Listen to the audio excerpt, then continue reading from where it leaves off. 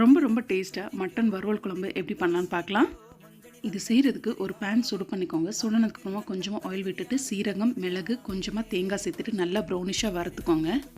தேங்காய் நல்லா ஆறுனதுக்கப்புறமா மிக்ஸி ஜாரில் சேர்த்துட்டு நல்லா நைஸாக அரைச்சி வச்சுக்கோங்க. இப்போது ப்ரெஷர் குக்கரை ஹீட் பண்ணிக்கோங்க. தேவையான அளவு எண்ணெய் விட்டுட்டு பட்டை, ஏலக்காய், கிராம்பு, ஒரு அன்னாச்சிப்பூ அண்ட் பே லீஃப், 1 டீஸ்பூன் அளவுக்கு சோம்பு சேர்த்துட்டு நல்லா வறுத்துருங்க. இது கூடவே 2 பெரிய வெங்காயம் இது போல் ரஃபாக சாப் பண்ணி சேர்த்துக்கோங்க. 2 டீஸ்பூன் அளவுக்கு இஞ்சி பூண்டு சேர்த்துக்கோங்க. ஒரு சின்ன சைஸ் தக்காளியும் சேர்த்துட்டு நல்லா வதக்கி விட்டுருங்க. இது கூடவே 1/2 kg அளவுக்கு மட்டன் சேர்த்துக்கோங்க. சேர்த்துட்டு 1/2 டீஸ்பூன் அளவுக்கு மஞ்சள் தூள், 3 டீஸ்பூன் அளவுக்கு குழம்பு மிளகாய் தூள் சேர்த்துக்கோங்க. கூடவே இந்த ரெசிபிக்கு தேவையான அளவு உப்பு சேர்த்துட்டு ஒரு தடவை நல்லா மிக்ஸ் பண்ணி விட்டுருங்க.